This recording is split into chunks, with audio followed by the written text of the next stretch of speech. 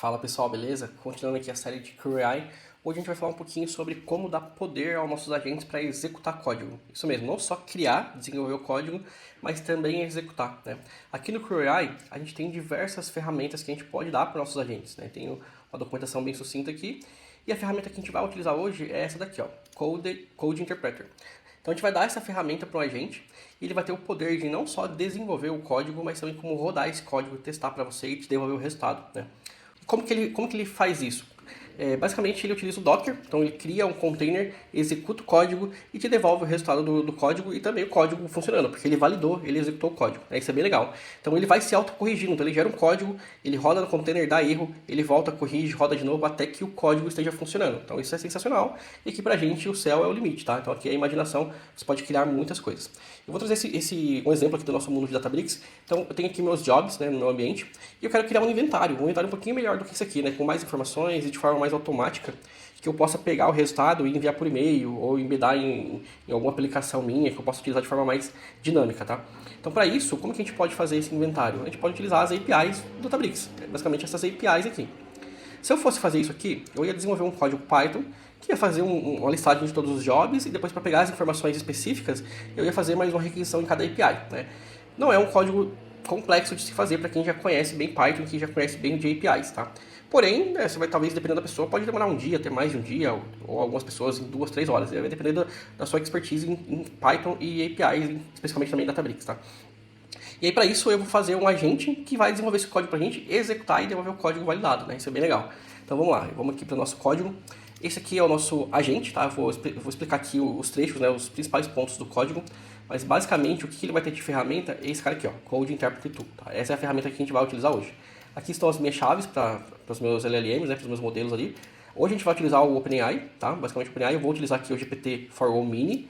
E também o GPT-4o. Por quê? Eu percebi que o Mini ele tem mais dificuldade de gerar um código bom, tá? Então aí você pode testar outros modelos, pode testar o Claude, pode testar o Grok, o modelo que você quiser, tá? Eu vou testar o Mini porque é mais barato, mas como eu falei, não é porque é mais barato que é o melhor, né? Pra mim nesse caso de teste, o mais barato é o melhor, mas o GPT-4o, o 4o, ele trouxe melhores resultados, tá? Ele teve menos dificuldade de gerar o código.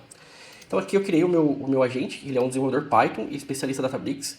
Mais uma vez, todas essas definições são muito importantes porque elas fazem parte do prompt, tá? Então o prompt é o que leva a um bom resultado. Quanto mais específico for o prompt, melhor vai ser o seu resultado final, tá? Então você precisa ser bem específico tanto no agente quanto nas tasks. Aqui, qual que é o objetivo dele? Ele vai criar um código Python para retornar dados tabulares, tá? Que é uma tabelinha dos meus jobs. E aqui é o backstory dele, que seria a experiência dele. Ele é desenvolvedor sênior em Python e também é especialista em Databricks, né? Porque ele vai fazer acesso às APIs do Databricks. Vou utilizar o GPT-o Mini. E aqui a ferramenta, que é a principal, que é para ele poder gerar o código e executar ele no Nokia, tá? A gente vai ver ele executando o código ali, bem legal. Qual que vai ser a task dele? Eu criei duas tasks aqui só para exemplificar dois casos específicos. Uma para a gente gerar um formato tabulate e imprimir na tela, e a outra eu vou gerar em HTML, que daí a gente pode abrir no navegador de forma mais visual. E ele conseguiu fazer as duas de forma bem interessante, tá? Eu vou mostrar o código final para vocês aqui. Então, qual que é a task desse cara? Ele vai ser chamado Job Inventory, e aqui na task eu especifiquei bem o que eu quero, né? Eu quero um inventário de jobs Databricks no formato tabular, devolva ele de uma tabela formatada utilizando a biblioteca Tabulate, tá? E depois imprima na tela o resultado. E eu especifiquei as colunas que eu quero, por exemplo, Job Name, Tasks Quantity, que assim, a quantidade de tasks dentro do job, a gente não tem essa informação visual ali, por exemplo, qual que foi a última execução e o último status da última execução. Eu tinha colocado mais colunas aqui, porém como eu estou usando a tela menor, ele quebrou, né? Quando eu troco para a tela maior, ele fica bacana. Então eu reduzi as colunas aqui, tinha mais coisas legais que eu vou mostrar no HTML, mas é basicamente isso que eu vou trazer nessa primeira versão. E aí eu vou passar para ele aqui as informações do host, que é do meu Databricks, e o token de acesso para o meu Databricks, tá? E dei uma dica para ele aqui que é, para você fazer isso, você vai acessar a API, vai listar os jobs, depois para cada job você vai fazer uma nova chamada. Isso aqui ajuda ele a ser mais específico, ao invés de deixar ele ficar tentando, ele ia conseguir fazer isso de qualquer forma, se eu não especificar. Mas quando eu especifico, ele gera menos tentativas, né? Ao invés de ficar tentando, pensando, quando eu dou uma direção mais clara, ele vai fazer a coisa mais fácil e melhor, tá? Então, esse aqui é a nossa task, e basicamente aqui eu junto a minha task com o meu agente e disparo e crio minha crew aqui na minha equipe de um agente só nesse caso. E aqui no kickoff, né, que é a hora que eu vou disparar a minha crew, eu passo aqui para ele o host do meu Databricks e o token, tá? Que é o token do meu Databricks, é um token temporário que ele vai expirar. E é isso, tá? Então, só com isso, ele vai gerar um código para mim em Python, vai executar esse código, então eu sei que o final desse código ele é funcional, e ele vai me devolver o resultado na tela, que daí eu posso ir validando, posso ir mudando o meu prompt para ele chegar no resultado que eu quero. Né? E quando ele chegar no resultado que eu quero, aí eu posso pegar esse código e produtizar. Qual que é o ponto importante aqui quando você utiliza sistemas de multi-agentes, ou seja, utilizando agentes para gerar processo para você? Ele é um procedimento lento, tá? Então não é algo que você vai ter uma resposta em milissegundos. Quando você quer algo com resposta em milissegundos, é porque você já tem algo bem definido. E para isso você não precisa utilizar agentes, né? Você pode criar um API, criar um código específico para isso. O agente é quando você quer que ele crie algo novo, então ele vai ter que pensar, ele vai ter que fazer várias tentativas e erros.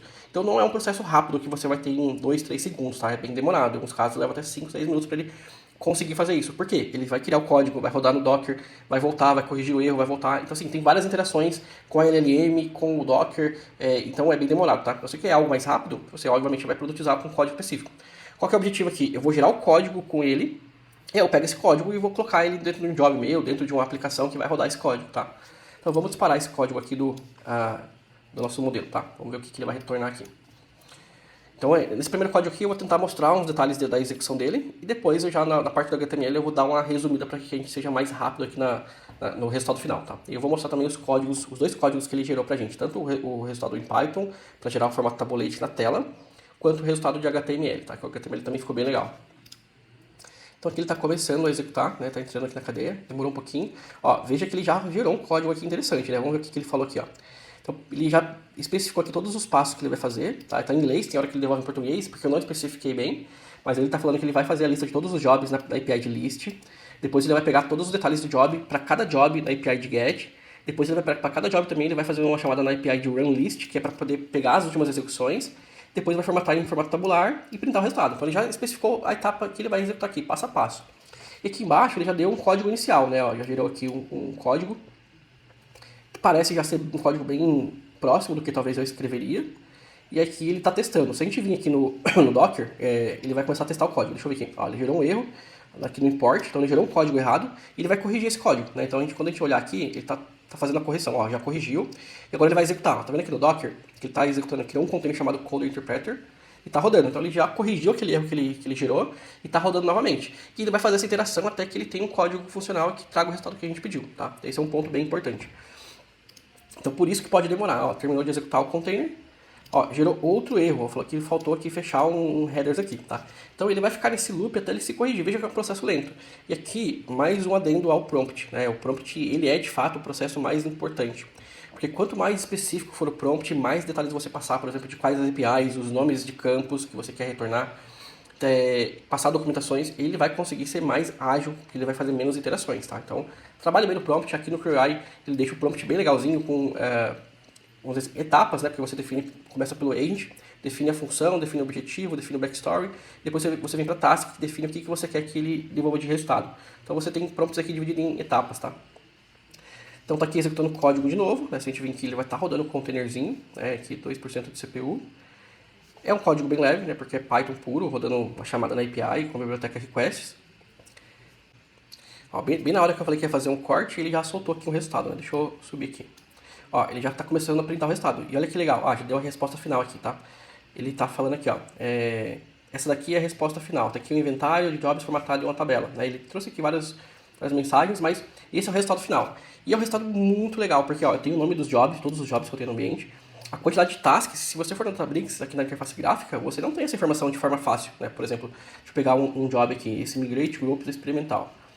Quem que é esse cara? Esse cara aqui. Então ele tem que ter 5 tasks aqui na definição desse job, né? Se eu abrir ele aqui. Tasks, 1, 2, 3, 4, 5. Então essa é uma informação extremamente relevante. A quantidade de tasks, qual foi a última vez que ele rodou, não rodou. E no caso aqui de quem rodou, ele vai mostrar a data e hora formatada, porque eu pedi que ele formatasse aqui, ó, tá vendo aqui em cima? Formatasse na data e hora, minuto e segundo.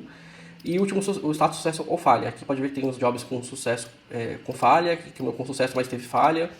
Então esse é o resultado final, tá? Esse aqui é bem legal. A gente pode pegar esse código aqui em Python, subir aqui em cima.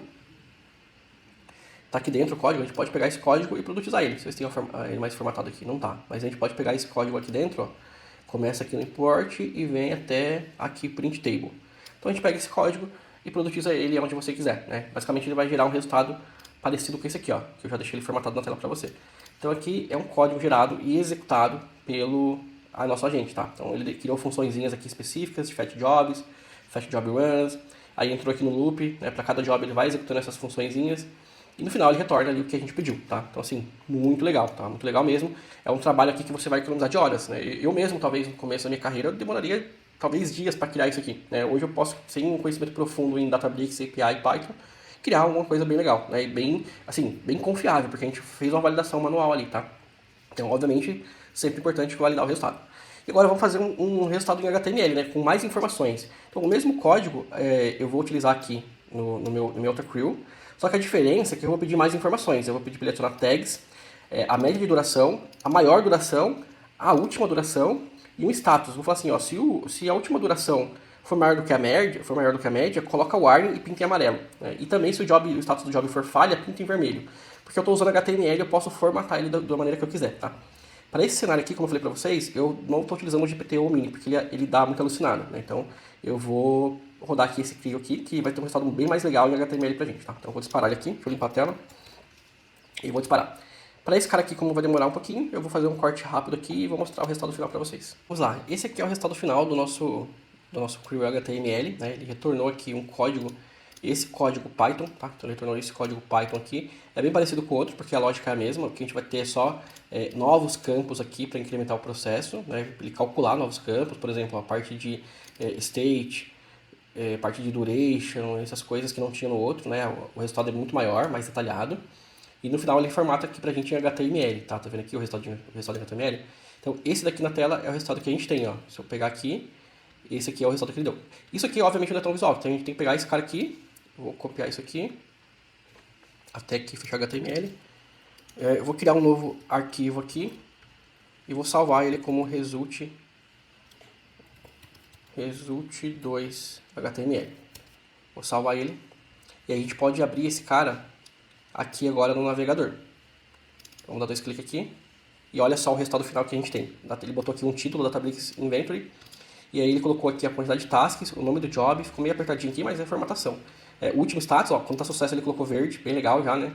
Então se a gente tiver falha aqui, possivelmente ele colocou vermelho, e aqui do lado também o status colocou ok. E por exemplo, quando a última execução, que é essa terceira coluna aqui, ó, a última execução for maior do que a média, que é 21 minutos, ele vai ficar em warning, tá vendo que legal? Então eu já posso ter um inventário dos meus jobs automatizado e bem visual. Eu bato o olho aqui, eu já sei tudo que está fora do baseline, por exemplo, tudo que está com falha.